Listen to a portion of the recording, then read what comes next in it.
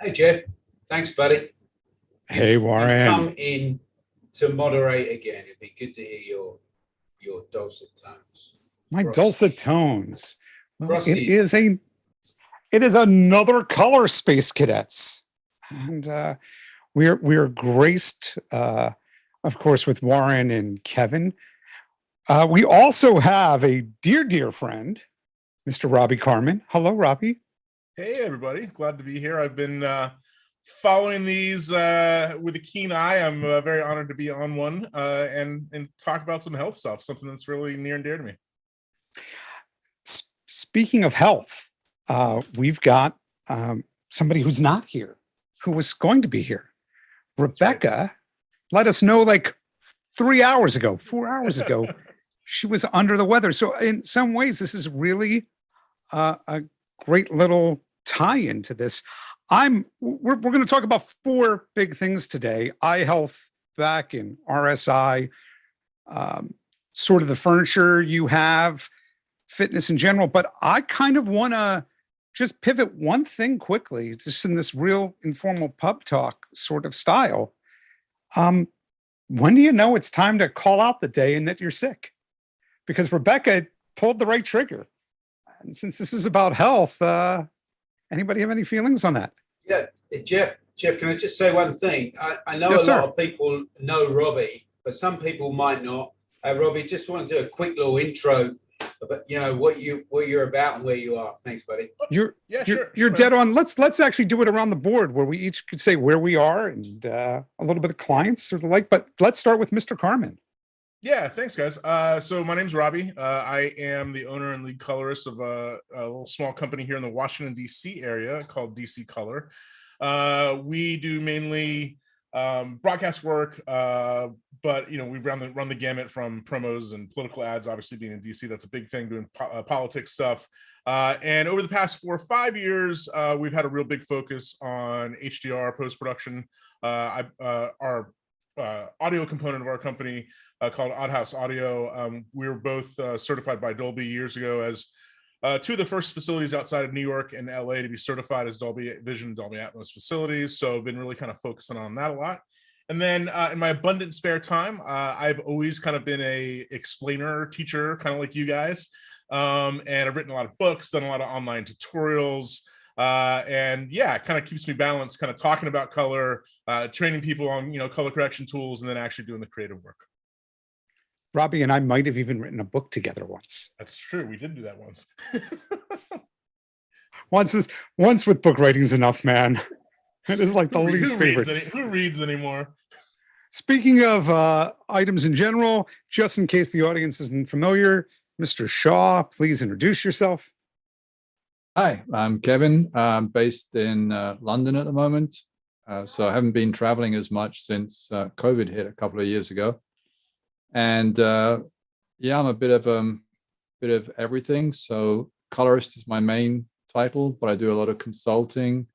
I'm doing a lot of monitor calibration right now. Like Robbie, I'm sort of fanatical about HDR. I have a job with Mission Digital where I advise workflows on set with DPs and DITs, and do a bit of teaching on the side. That'd be me. That'd be a good summary. Yeah, Kevin, quick plug. That's next month's Color Space Cadets HDR, yeah? Absolutely, yes. Do tune in next month for HDR, all things HDR. We'll be talking about displays and different flavors and all sorts of tricks about getting good results. That's always a hot button topic. It really is. Mr. Eagles, Waz. Yeah, I'm in Brisbane, Queensland, Australia. It's just ticked past 5 a.m. It's good we're talking about fitness, man. I've been getting smashed on this job, this movie. Like I finished with the director. He goes off at 6, and then we spend the next 4 hours looking for stock shots and VFX shots, and by the end of the day, I'm nearly horizontal in my chair like this, and he's got his laptop going, no, 3 frames to the left. I'm going, I just want a color. That's me. So there you go. And I'm Jeff Greenberg. I'm a little bit of everything some days of the week. Do a lot of education. And I've done teaching with all of these guys, which is part of the joy of this. I'm on the East Coast, kind of like Robbie. I'm actually only about less than 2 hours from Robbie's house. And with that, I kind of want to start moving us into our topics, with the first one being these. We're all wearing them. What are you doing for your eye health, guys? Anybody want to go first? I'll start here, Jeff. I think that really people sometimes just overlook the importance of the eye health, and not just being about, oh, I need to improve my eyesight. It doesn't matter whether you've got 20/20 eyesight or not. You should be going every year for an eye test, because as colorists, this is our bread and butter. Like, if we have any issues here, we're in trouble. Really, we're not working. So they look for so many other things than just how good your eyes are, your glaucoma, they look in your retina. I went just 2 weeks ago, and we go on all these sort of machines, and he's checking for these things. And I got a bit of rust in my eye, which he monitors every year to see if it changes. So yeah, it's really important, I think, to just regularly go every year and just, update with better glasses or contacts or whatever you wear, really, because it is our bread and butter, isn't it? Yeah. I'd echo that. I mean, I just about 2 or 3 weeks ago, I went to the ophthalmologist, and I think that's an important distinction to make for a lot of people out there, right? Like, going to the glasses store where they're basically, their point is to sell you glasses. I've always been a little uncomfortable with, and a couple of years ago, I started going to a true ophthalmologist who's just is a little bit more detailed in the work they're going to do, testing out. I have a family history of glaucoma, so I always I go every year to make sure my pressures are in kind of a normal place. Pay a little extra to get that optic nerve picture to make sure the optic nerve is in good health and there's nothing going on there. I think that's all important, and I would also say, I think the one thing that I really kind of try to do with my eyes is be aware of where I am during the day of it, in terms of like, as I've gotten older, I've been able to recognize quicker when my eyes are tired, right? And when I'm just sort of they're a little stressed. And I'm sure we're going to get into this. Kevin probably has something to add to this as well. But taking those breaks with your eyes every once in a while, I think is a key thing. Yeah, I'd second that. I mean, when I was working in the London market and we were doing sort of 12, 14 hours a day, I've had good eyesight all my life, but I wear these glasses now. But there was a period when I was in the London market and I was, relatively young, where I started getting blinding headaches and really bad eye strain. And the bottom line really was that when you're sitting at the distance we do from a monitor, that's like a clenched fist. And if you do that for 12, 14 hours a day without the breaks that Robbie was talking about, then the muscle just kind of locks up on you. And I had to go 2 years using glasses just to kind of relax the muscle. Yeah. So really important to take breaks. And for anybody that doesn't know, you should all know that the way to relax the eye is to look at infinity. That's why a lot of rooms have like a circular cyc or that kind of gray wall with nothing on it, so you can just stare off into space. And everybody can think you're spacing out, but it's really, really important part of the job. And the other thing that I've picked up recently is you can now get, I think they're called fake tears, like drops. And if you are working long hours and you get tired eyes, I'm a big believer in these drops that just kind of keep your eyes fresh. Yeah, I'm a big fan of that. Just to drop a brand name there, because I think they're amazing. I use a company called Sustain that all the ophthalmologists recommend to me. It is important, though, when you look at eye drops, to not get ones that have preservatives in them, because those preservatives will actually dry your eyes out pretty quick and make that problem extra worse. So when you're looking at eye drops, something that doesn't have preservatives in it is definitely the way to go. Yeah, good point. So I'm going to throw just a wild story in that you get regular checks. Up until my 40s, I never wore glasses. I never had an eye problem. It's almost mirroring you, Kevin, in some ways. My kid was born, and suddenly my eyes began to degenerate. My wife, who has a history of them, she's like, "Well, you see an eye doctor." I'm like, "What? Why? I've never seen one before." And a couple of years ago, I went and saw really now regularly somebody to check my retinas. And this eye was just beginning to have a little bit of bubbling and needed to have a little bit of retina repair before it was a problem. And I'd never known this before about ophthalmologists, but they tell you the appointment will take, between like 45 minutes and 5 hours. I'm like, what are you talking about, 5 hours? They go, yeah. If somebody comes in with a detached retina, we drop everything we're doing and we make sure that because we have a short window to fix that person's eyes so they might see again. And I said, oh, got it, 5 hours, not a problem.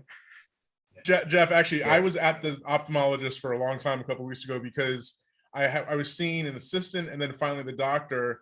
And when the doctor came to me, she didn't realize that the assistant had already dilated my eyes. So she dropped like 2 or 3 more dilation drops in my eyes again.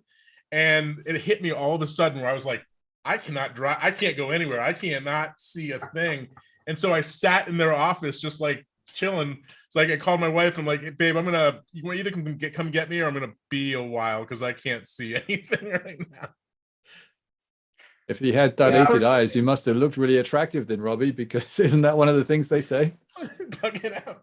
Yeah, and it was strange because I could sort of see distance, but like I couldn't even sit there in the waiting room looking at my phone because anything up close was completely was toast. So the first time they put drops in my eyes, because I was old enough, they assumed I had had drops before. Never before. I'm sitting back going, why is it hard to see my phone?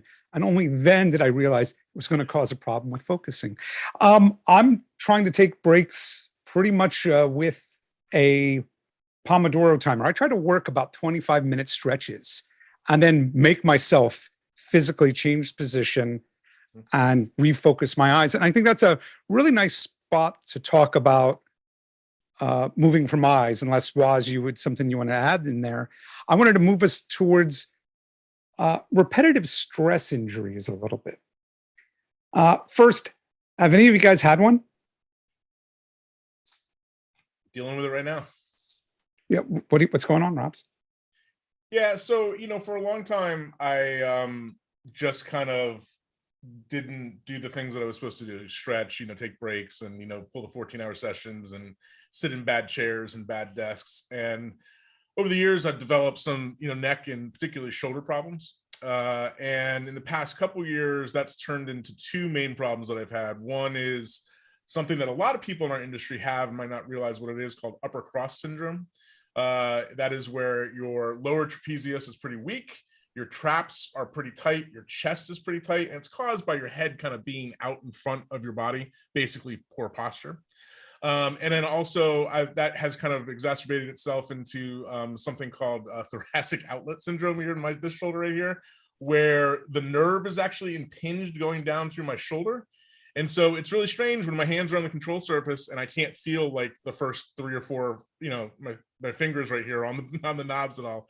So yeah, I've been doing everything I can in the past year or two to stretch daily, going to PT, getting that work done. And it's helped, but it's more, to me, it's more about awareness and realizing kind of what your body is telling you and not kind of, just chugging through. If it hurts, that's your body's natural sign of saying, hold on a second, there's something wrong here. You do something about it. Yeah, absolutely. I was talking to a colorist about probably 20 years ago now. And she had taken a new job and they didn't have panels, and she was trying to grade everything with a mouse. And after 6 months, she had 6 months off work because her whole arm was strapped up because she had spent so much time trying to do these sort of delicate moves with a mouse. So, good control panels, they're not just for show. They're really, really important when you're working there. And I think probably is something we're going to talk about in more detail later on, but I'm a big believer in stand-up desks, being able to change the height of your desk. I find even, towards the end of the day, I might even sit lower in the chair, and it's nice to kind of adjust to that rather than just try and stretch. So, yeah. And this is a good one. I know a lot of editors do a bit of jogging while they're working. I've never seen an editor at a walking desk. I keep hoping it would happen. I have to see. Yeah, I'm sure. I read one guy who does, the burpees where you drop down and push out. He'll do 5 of those every 20 minutes. There's a decent buddy of mine. I've had him at a couple editors retreats. A guy by the name of Zach Arnold. He currently has been editing Cobra Kai on Netflix. And Zach used to have a podcast. It's kind of morphed a little bit. It was called Fitness in Post. And his podcast was all about just the unhealthy things we do. And it was very motivational. He would go, here's a picture of the office and here's a parking lot and there's a parking deck out there. Where do you think I park? He's like, I park behind the walking deck and I walk the extra 5 or 10 minutes every day. I had some ulnar nerve entrapment. And that's sort of the wrist and hands are the ones that, if you get any numbness, I find that the moment I have something a little bit off, I'm trying to address it then because, the woman you mentioned, Kevin, who, because she was using a mouse, she tried to work through it, and working through repetitive stress injuries is just the worst thing to do. Oh, and that's generally exactly that's what happened to me, Jeff. The guy, I go to the PT, physical therapy, and the guy is just like, this is not a new problem. He's like, the amount of, off your back and your shoulders he's like, this didn't happen overnight. This happened over, years of wrong positioning of your body, And so it's a marathon to kind of get back right, and kind of maintain those things, stretches, the moves, and we're going to get into later, but chairs and desks and all that stuff. Well, the balance is really painful because you're trying to work, it hurts you to work, and then you're likely taking over the counter stuff, which is great, but it's just hiding the problem over the time. So, if you have any of this stuff start to show up, see a doctor right there and then, I would say 2 days in a row of numbness or discomfort, that's when to see that doctor, not after a month and you can't work, because that's what happens. Talking to you and, Kevin and Warren and other colorists, one of the things I think that does happen though, is that some of the initial early problems go unnoticed, right? Like if you just sat at your desk all day, I would be willing to bet that most of us at some point have our shoulders up here, right? Like we're clenching our shoulders, or we're heavily leaning on one side or the other on the armrest and that kind of stuff. And so I think, part of the problem is that it might not hurt you right then and there, but just kind of being aware of what your posture is. And Jeff, that's actually one thing that you've taught me, that whole 25 to 30 minute kind of thing, is just to take a step, stop for a second and go, oh man, I'm really leaning hard on my left shoulder, or I'm, whatever the case may be. And then, shaking it out, moving a little bit and starting over. I think that awareness is key. Yeah. And then we correct, don't we? And we start getting pain elsewhere because we're sitting awkwardly because maybe something feels strange. It's like everything's connected in your body. And it's right, Jeff. I think you got to go there. You got to jump on it quick if you feel that you are getting stress in a certain area. I get it lower back, and that's because I don't sit properly. I think a major problem with our industry in general is that we are trying to work as hard as we can, and that we want to be tough, whether it's not sleeping, long hours, and ignore that stuff. Well, as you're just mentioning your back, and that's a really nice segue. Have you had back problems? Has golf helped you? Yeah, golf. I just had a lower back thing, sort of vertebrae, the typical real lower back, and sometimes it can be just getting it off a sofa, and that will trigger it. And that may be a couple of days, but like a year ago, I was out for about a week, just laying on the floor, couldn't get up, and this may happen. It's obviously an older injury I've had. Obviously done lots of sports and things when I was younger. But onto the chair I've got. My chair is nothing flash. It's probably $200, but it's a nice office chair. But it's not anything more than that. That's probably all it was. Probably $250, and it's a good chair. It reclines. But I've not looked recently into obviously anything better, which I probably should do, considering the amount of time I'm sitting in it. Robbie, what sort of chair you got? Okay, so I have in the past month have begun this odyssey of chair testing, returning, etc. My wife turned to me. Carman, Yes. do you have a spreadsheet? I bet you have a spreadsheet. I might have a spreadsheet with features. Anyway, so my wife looked at me one day as I woke up, and it was a lot of cracks and creaks, and I'm going, and go to the medicine cabinet and take a handful of Advil. She goes, you really need to work on this better, right? And I, between my home and my office, probably spend, I don't know, 15 hours a day in the chair. And like you, Warren, I had this $200, $300 chair. I was like, it's fine. Why would I spend a lot of money on a chair? It's crazy. And my wife looked at me and she just goes, would you spend $1,500 on a computer? Would you spend $1,500 on a monitor or a hard drive? I'm like, yeah, I do that all the time. So she goes, why wouldn't you spend $1,500 on something that is equally as important as your hard drive, control surface, computer, or whatever, because you're sitting on it all the time? And that became this little bit of odyssey of researching higher end ergonomic chairs. I just had this breakthrough that kind of like that old Saturday Night Live skit, like, gosh darn it, I'm good enough. And, people like me kind of thing. Like, I deserve to have a comfortable chair that helps my back. And so I began by having an actual ergonomic specialist come out and do some measurements, right? Of like my current setup, like my knee angle, my back angle, how far, all these different bits, my monitor heights, all that kind of stuff. And then use that information to kind of go after finding some chairs. And a lot of the thing about chairs is that a lot of it's preference, right? Right now I'm sitting in a steel case, is the name of the company, Gesture. And this is the third chair I've tried from steel case. And I'm not completely satisfied yet. But like, if you're gonna work 15 hours a day, you have to be comfortable. And I think there's a number of factors in those chairs that go into that. Obviously, seat height up and down. The big one that I don't think a lot of people get is the seat pan adjustment, being able to go forward or backwards. That really places your pelvis and your, in a different way to be comfortable. That lumbar support, as you mentioned, this chair has a adjustable lumbar support where I can bring it up and down inside of the chair. And then a big one for me was adjustable arms, being able, because I found myself a lot of time with arms in chairs that the arms were too high, and that was forcing me to do this with my shoulders. And so sometimes I can put these down, sometimes up.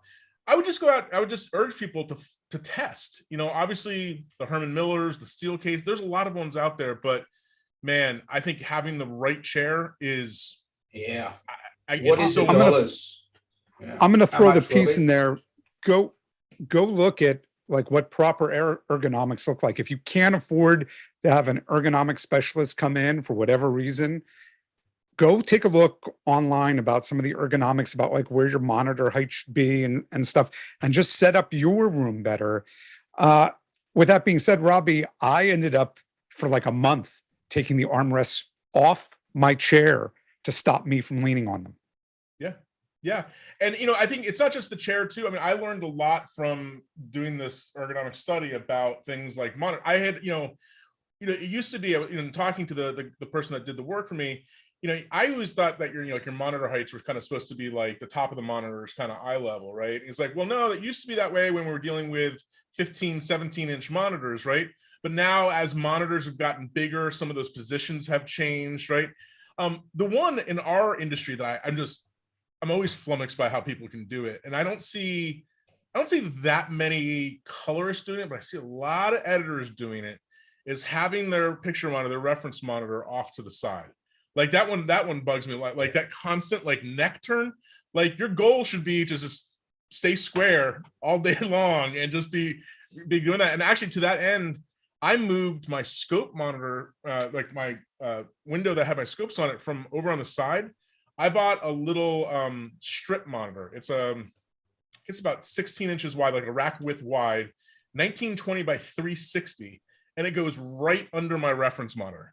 So I don't even have to look side to side anymore to see my scopes. They're just right there in front of me under the monitor, and that's been a real big help. That's funny you should say that, because for decades now, I've been laughing at all these setups you see with a God monitor in the middle and a GUI to the left, like a mile And over the there, scope, right? yeah, and then the scope's completely the other side of the desk because it looks symmetrical, right? That's why they do it. Yeah. And you're Yeah, yeah, thinking it's like watching a game of tennis. You're doing this all Yeah. the time, and you're supposed to be looking here. That's But when you maybe can it gives imagine. maybe it gives some neck flexibility. Well, you know, the other thing it's when it's I weighted wanted one to- side or the other. Go ahead, Kevin. No. Sorry. Well, the other thing I wanted to throw in there is that I don't use it now, but for a long time I had those. I think they call them back chairs. So you basically kneel on them. And the idea is that the weight is on your knees, not on your back, and you can't help but have good posture on your back. And there's no armrest, so you can't lean on that.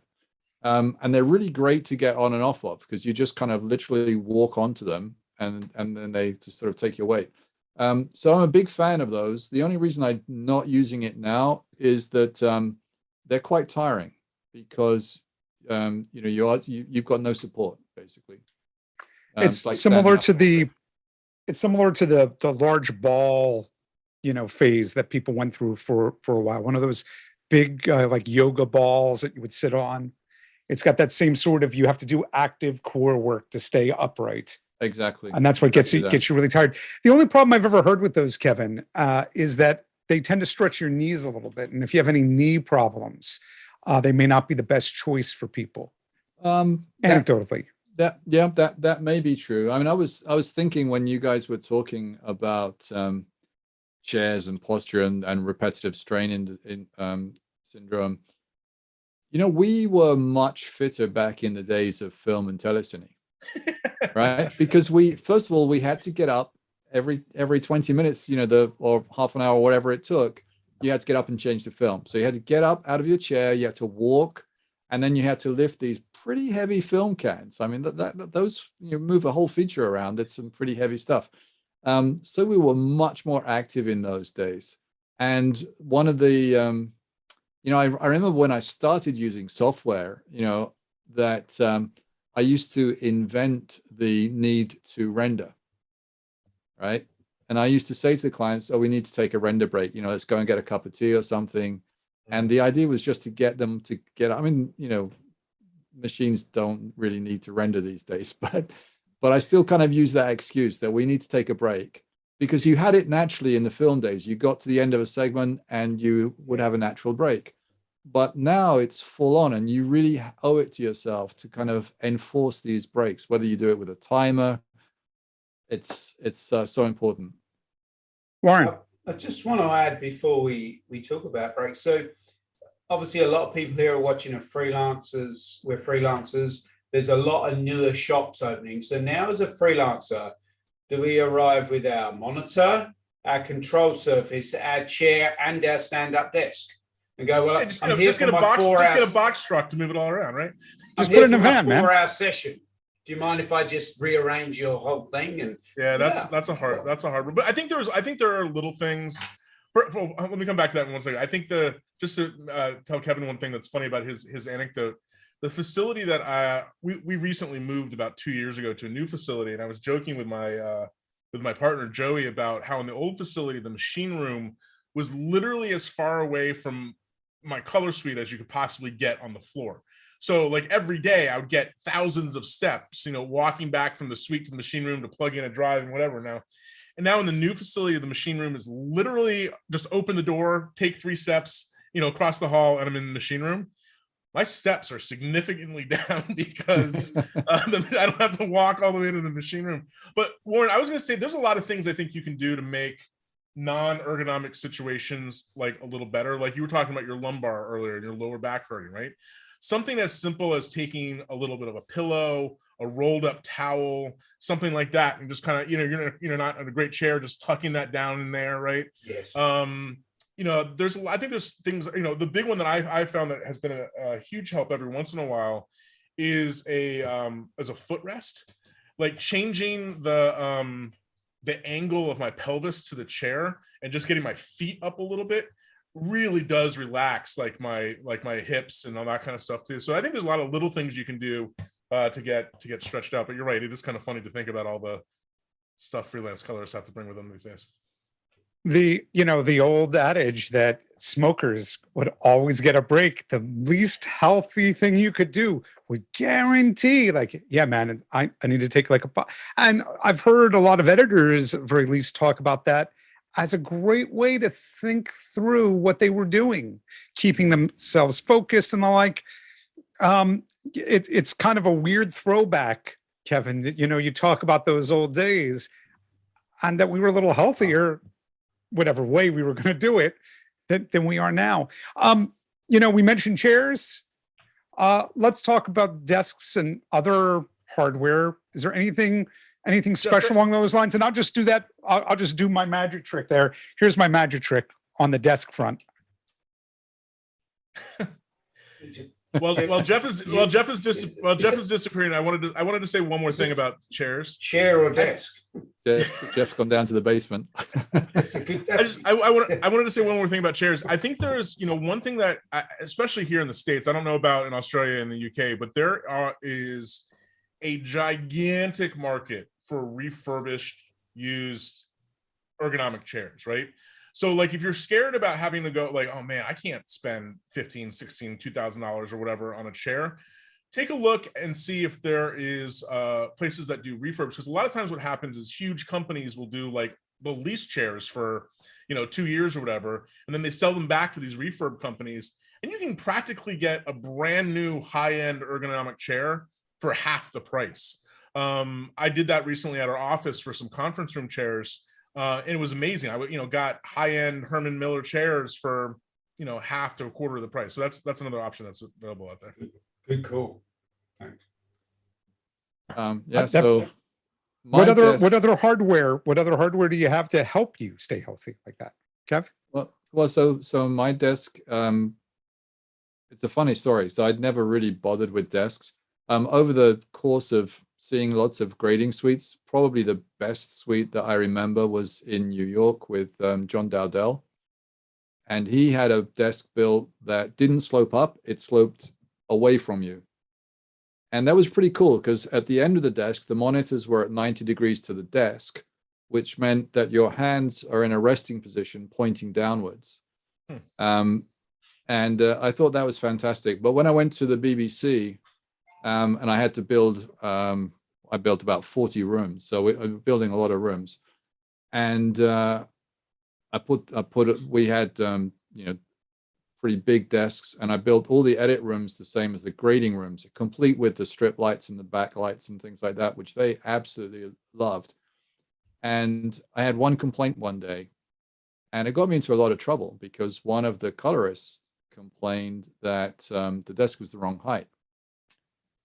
And so I said, well, that's why you've got an adjustable chair. You can move the chair up and down. And it turned out, though, that in the union rules, they were supposed to have these electric riser desks.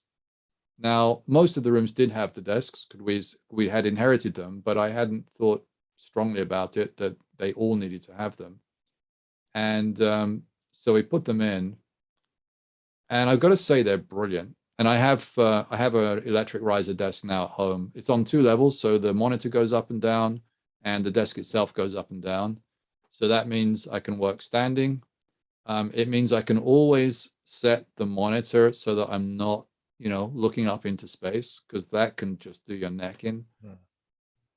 And I've been so impressed at how you can, as Robbie was saying, get your body in the right posture to work in a relaxed way. And it, I can easily add 2 or 3 productive hours to the end of the day just by having everything in the right place and moving around a little bit. Do you have a balance board or something like it? I do not have a balance board. No, that looks like a tea tray though. It does, doesn't it? I have terrible feet. I mean, I have I'm not going to be a jogger ever. And I knew that at like age 15. So when I first started doing stuff standing, and I went 0 cost standing. This is about 9 years ago. I just took a box and I put some stuff up on a box and a different box for the keyboard, and it worked. Yeah. And I was finding by the end of the day, by the way, which is the cheapest way to just do something. I found that my feet were just getting brutally tired, and I started looking into anti-fatigue mats, and I played with that somewhat. The one I'm on, something called a fluid stance. And I bought it super used off of eBay. But it's the sort of thing that it's active, it keeps my feet from hurting. It just keeps me a little bit of movement. I think in the chat, Robert said, the body is meant to move. A still position held for a long period of time is not a good idea. Absolutely. He says either. I'm going to say period. Yep. And I'm using that Pomodoro timer. I used to use a couple RSI utilities just to go stop what you're doing, just stretch your body a little bit. And then the other one was, and this was big for me, it still is, am I on task? Am I doing what needs to get done before the end of the day happens? Because I want to see my wife and kids. Yeah, man. yeah. Good one. It's like driving. It's like driving, isn't it? Like 2 hours in that one position, concentrating that hard that you should pull over, take a break every 2 hours. Probably similar deal. Sorry, Robbie, what were you going to say? No, there's a lot of really interesting things there. So one of the things in my search for ergonomic chairs, anyway, was that idea in the ergonomic guy that I saw stressed this idea of micro movement, right? And I think that's what the person's saying in the chat, right? That like your body naturally kind of always wants to wiggle a little bit. And so I focused on chairs that kind of had more flexible back rests, right? So like even now, like I'm sitting in this chair, the back is actually kind of warping a little bit with me, right? And I found that to be amazingly comfortable for my back and something instead of something that's rigid. When it comes to the standing desk, I have two things about it. One, I tried it out for a while because Jeff kind of got me on that camp for a couple of years. I was trying it. I always found myself standing wrong, right? And I tried the mats, I tried the boards, and I always found myself kind of like putting too much weight on one hip, right? Kind of doing that like one leg locked kind of thing. And I never could get it quite right. And until somebody said, hey, you don't have to stand 24 hours a day, right? Like you can get like a stool and kind of put your butt on the stool and give yourself a little support. But I ultimately found that the standing desk is great for doing like admin stuff, invoices, emails, that kind of stuff, phone calls, exactly. But when Zach said to me once, every time I take a phone call, I'm standing, even if I'm not standing while I'm editing or doing other. Well, every phone call, I'm up to standing. My one with the phone call, Jeff, is to my family and my coworkers' chagrin, is I'm a phone pacer. And I get on the phone, I just like I mean like I do miles around the house talking on the phone sometimes. I do. Hey Jeff, we should probably talk about breaks because a lot of people ask me this, and especially when working with clients. What is the deal there? So I'll start. I'll just start. Go ahead. I'll just start with breaks. Hey, like if you're working with a client, right, you generally are spending more time sitting in a dark room looking at a monitor than they are. So if in about 2 hours you're thinking it's time for a break, they definitely are thinking it's time for a break. So I've never had anyone say to me, oh no, I think we should carry on going. You say, let's take 5 minutes, we'll just step outside, go to the courtyard, grab a coffee or something, but just fit that in. Don't ever think I want to keep pushing on and none of this, we must work more hours in the day. I go further where when I first start working with somebody, I go, look, every hour, I need at least 5 to 10 minutes and you'll need it too. Whether it's a bio break, whether it's a drink of water, it's just so we can stay fresh, stay sharp for however long you're here. And even if you're only here 2 hours, I'm going to get up and I'm going to want to need 5 or 10. And it'll be a great time because you can check and play on your phone if you need to. But we got to take some breaks. Yeah, it makes me more efficient. Oh, definitely. So, Robbie, Kev, do you have any tricks like this that you do? Well, like I said, I mean, the render trick is a good one, but I like to set tasks. So I like to break down the day into, we've got to do 5 minutes of the film, or we've got to get this shot sorted. And then I tell people, in order for us to really assess it, we need to go out and come back and see it with fresh eyes.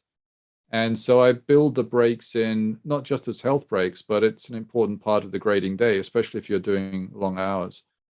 So yeah, I like to take a lot of breaks. I don't have a set period. I just set tasks. Yeah, I agree with that. And to further that a little bit, I don't think the breaks necessarily have to be the same. I always tell clients, like in a supervised session, like, hey, you need to take a phone call, use the restroom, do your thing. Like, I'll like, they don't have to be at the same time. In other words, right? Like, your client can take a break, you can take a break. Just one thing I would add about coming back from breaks. I'm sure all of us has experienced this, right? You're making great progress, on a promo or a film or whatever. You come back and you go, oh, what was I thinking, right? Like, you're looking at the screen. You need a minute or two after coming from that break to kind of do a visual reset, right? I think it's, you have to be careful about just jumping right back in and making key decisions. Let yourself get acclimatized back to that room again and to the monitors and all that kind of stuff, especially if you went outside and that kind of stuff, because your eyes and your brain need a few minutes to kind of adjust. Well, And what I like back. to do is, go ahead. Sorry, I think a great way to adjust, and again, this is kind of a good way of handling the room and handling clients, is to go back and do a review. So don't come back in and sit down on a scene. Come back and have a look at what you've done so far. Yeah. And then you get the clients get a sense of achievement. You're moving in the right direction. Sometimes they'll have corrections to make, and that's the whole point of it, really. So yeah, going over things over and over again, it's great. I'd like to add there, if you do that review, Kevin, and the client gets up and leaves, doesn't come back for 2 days, then you've probably got a problem. I could have the job finished. I mean, without the clients, our job is they may have easy. left. They may have left for good. Well, actually, I don't know about you guys, but I have found, on some level, I found the pandemic way of reviewing to be more frustrating, right? Because there's a time gap involved, and you're often waiting on something on the schedule. But we've done a lot of real-time streaming, via Streambox or SetStream.io or one of those tools, and I don't know, it's been a really more comfortable in terms of taking breaks and people doing their own things. Like, people are in their house watching a stream. Like, of course they're going to get up and go to their own kitchen and get their own coffee. Like, it's been more comfortable like that. I know, talking to a lot of commercial colorists, especially, they'll just stream all day to a client, and the client might come in for 5 minutes and say something and then like walk away and go do something else again, and that's been an interesting change over the past couple of years. So they're almost like Twitch streamers. Yeah, kind of. That's just crazy to think about. I kind of want to move that though to what we do outside of the suite, if you will, and by that I mean like fitness.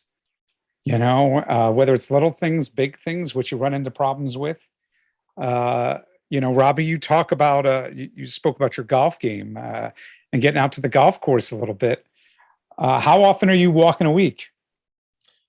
Well, look, I think the thing, besides any particular activity that I'm trying to focus on, is just the word movement, right? I think that any bit of movement is helpful, right? Helps the body, helps the brain, helps the mind, the spirit, all that kind of stuff. And so, yeah, I've been trying to focus on that. And one of the things I realized especially about myself, is that it's probably unrealistic that I'm going to go and get on a treadmill and like run or walk or whatever for 45 minutes a day. Like, I've never done that, right? That's just not been me. But like, exercise in context, like walking 9 holes to play golf, right, is proven to be really good. Like, it's good exercise, it's mind clearing, right? And so I've been trying to get out there a couple times a week, or after the kids get on the bus, go play 9 holes for an hour and a half, 2 hours. And it's a good way to start my day too, kind of clear my head, get ready. But recently, Jeff, partly inspired by you, partly inspired by some others, I have been getting more stuff at home to lift and get strength. Part of I mentioned earlier, my shoulder problems, my neck problems, the physical therapist like, dude, you gotta get these muscles back and doing their thing, right, to support your body. And that's been really fun. And it's not been fun in the way that like I'm trying to get back to like my 25-year-old self. It's been fun in the sense that I realize how much that kind of thing releases endorphins, right? and just like, lifting for a half an hour afterward, like you feel good, right? Like you kind of have a little bit of a buzz that you're like, oh yeah, man, I just benched that or curled that or whatever. And that's been a really good thing for me anyway. Woz, Kev, are you doing anything regularly? Because I have a whole bunch of strategies about this stuff, guys. I particularly because we had a third kid about a year before that third kid showed up. I said, I'm not going to be here in 20 years if I keep living the way I'm living. And so I started to figure out some tricks that did me better. But Kev, Woz, I want to hear from you guys first. I have a couple of things. Yeah, I hear on the children. So I have a 5-year-old, and he keeps me running around just about all I need. I think. How often are you on the floor? I'm on the floor 7, 8, 9 times a day. Easy. Yeah, easy. Yeah, lots of movement, lots of running around, hopping. Even going to school. So that's been a bit of a lifesaver, literally, in that sense. Last year I bought a mountain bike, and this year we're moving house so that I can actually cycle to the studios every day or whenever I need to go there. So I'm planning to ditch driving as much as I do, and the cycling will be my big thing. I tried the weights. I have to say I didn't get on well with the weights. I didn't find it attractive enough, and the same with the treadmill. It seems a bit pointless to me. It's too easy for me to and Robbie, you probably know this, like whilst you're doing it, it's great, and then you skip it 2 or 3 times and it gets harder and harder to go back 100%, to it. 100%. It's about gaining that momentum to do it, right? It's like anything else that requires that, whether you're trying to work on your diet or cut alcohol out of your life or whatever it is. Like, the first step is the hardest one, and if you go on do it on the days that you don't want to do it, it does kind of make those other days easier. But I hear you. You gotta, I think one of the things that's helped me too is some level of accountability for it. And what I've done, I have 2 kids, young kids as well, and we've kind of made this exercise stuff a little bit of like, a chart with stars or whatever on the fridge. So it's like, okay, well, dad did lifting today, and mom did this mile walk, and it's become a little bit of like a little mini family competition, which has been fun. Not making it about like body image and how much weight you're losing, but just more about getting movement and kind of competing with each other a little bit. Jeff every other day is texting me going, hey, what'd you lift today? What'd you do today? He's that kind of now, for the record, I'm gonna say semi-annoying accountability. No. For the record, I said to Robbie a long time ago, if you want me to bug you, I will. If you don't, I won't. And I don't bug him I haven't bugged him about it since like at least last week, 2 weeks ago. I have a real different call on this. So I in my wayward youth was a fitness instructor. And I figured out I hated aerobic work, hated it. I lifted weights. I just got it. Just made sense. We were always about the science of it. That part was easy. But as an adult with work coming in, with kids, it's hard. And so the biggest magic trick I've figured out in the last 4 years, is you need to make it so stupid easy that you go, I want more. And the moment where you go, I want more, I want you to stay there for like a week and then just add a little bit to it. When you fall off the wagon, there's a fall off the wagon thing, but it takes about 21 days for it to become a habit. And all you're looking for is something so stupid, ridiculously small that moving the needle is effortless. And then suddenly a year later, yeah. Go ahead, Warren. Jeff, I've not had a drink for 25 days. It's not getting any easier. Oh, come on. Neither have I. But the end of the month, it's Friday. It's Friday night tonight. I've had a big week. Can I make the 28th? I was going to do a month. I could. You can do it, man. I believe in you. Yeah. Hold on a second. Hold on, Woz, you make a month and somehow come rain or shine, I will get you a bottle of something good, but you make a goddamn month. You don't miss by 3 days, brother. Yeah, no, yeah, right, Jeff. Yeah, I'll be talking to you tonight from the pub. Go. Don't talk to. I'll drink that bottle. What? I got a bottle of something for you, and I'll drink it. Mate, you've seen me at those mixers. I was going to say I try and do an hour a day of something. So that might be walking the dog. That might be playing a bit of golf. I try and do 2 classes a week. One's like high intensity training. That's not ideal for my knees because I've got bad knees. So I don't do a lot of squats. And then I do like a yoga, strength and mobility stretch class. Like they start at 5:30 a.m.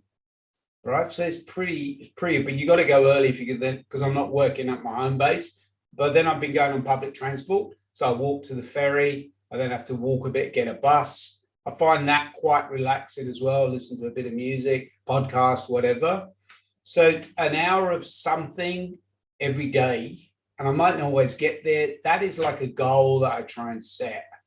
And it's like Robbie said, after you've been and done a class, or maybe you've been in the gym, or you always feel so much better. You might not want to get out of bed and the weather might, but afterwards you always go, yeah, great, glad I'm clearer. Sets sort of me up for a day with clients if I've done that stuff first thing. I'm not an evening person, go to the gym at night time or do anything. That's very hard for me. And I think that was a big thing for me. And to echo what Warren just said, and something you said earlier, Jeff, about making it, easy on yourself.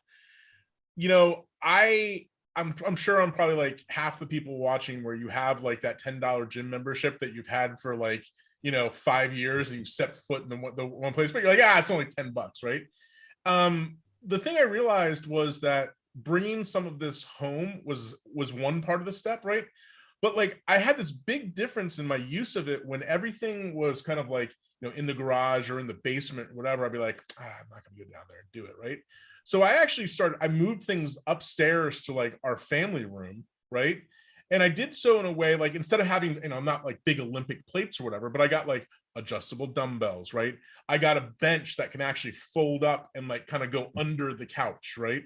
I did these things that like the stuff is right there, and I can do it in the context of whatever, family's making dinner, or kids are playing in the living room or whatever, and just do a quick set of curls or a quick set of squats or whatever.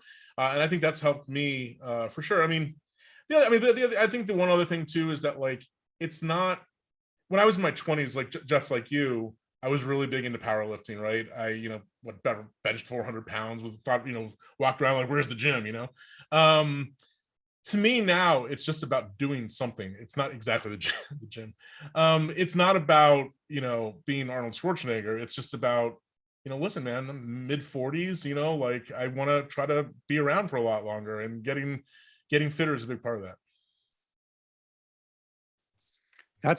That's a great sentiment for us to begin to wrap here. The thing again, and you're just echoing it, the moving the stuff inside, you just need to remove the resistance, because you're going to resist anything that's less than comfortable. We all just want to sit on the couch. We all just want to, sit there with the bag of chips. My whole process personally about fitness is try to make it so dead simple that you're doing something. And if you can do it and you go, wow, this is simple, maybe I'll do 1 more minute tomorrow. And suddenly you're by the end of the month, you're doing a half hour. It's crazy how well that works. And like Kevin's thing about cycling, for his commute, that's going to pay gigantic dividends. I bet you after Kevin does that for a month or two, we're going to be like, who is this guy, right? He's going to look like he's ready for the tour. Like, he's going to be all, chiseled chin, the whole 9 yards, man. It's going to be good for him. I don't know. I think he's frozen right there, or he's showing off that chiseled chin. Either way, I think he's meditating. Something that I was mentioned that's for the mental health episode, Warren. Well, that's the thing is that we really need to do a mental health episode in the near future, because I think that's the other piece of the puzzle. Yeah, definitely that's one. Mental, and how you set up your room is another one. We talked about briefly monitor height, what you have behind your monitors, where you have your panels, where you sit. All that stuff I think is really important. But next month, It's going to be HDR. HDR and Dolby Vision. We're hoping to get Abby Matthew, the guru of all things Dolby Vision, coming on the show. So that'd be a really great one to join live, because he'll be fielding any question you have about HDR. And we're talking about how you get into it, but problems you've had in it. If you got problems just with SDR trims, with the tools. And he is a great guy. If you've ever come across Abby before, he's really open, and he's going to be really good fun. That's next month. So we've got a few good ones lined up. So speaking of which, anything you guys want to plug before we're done? Oh, here's Kevin back. Yeah, sorry. It's okay. We were just talking about future episodes, one on mental health, one on HDR, and we're at that natural wrapping point. So I was going to say, does everybody want to give a little plug for something they're doing or where people can find you? Robbie, let's start with you, my friend. Oh man, I've been hiding recently. No, I'm just staying busy in the color suite. I mean, everybody, you can always again, my company DC Color, dccolor.com. I'm frequent in on Facebook Resolve groups and Twitter Resolve stuff and all that kind of jazz. Yeah, so if you have any questions about monitors, calibration, HDR, all that fun stuff, just drop me a line.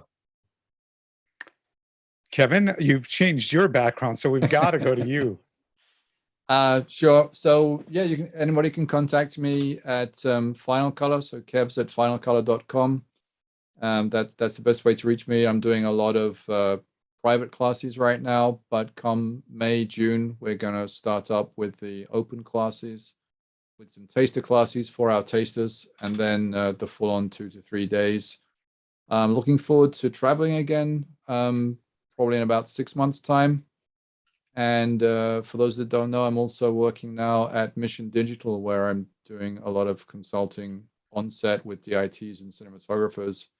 And that's just so fantastic to be involved earlier in the pipeline and solving things before they become a problem.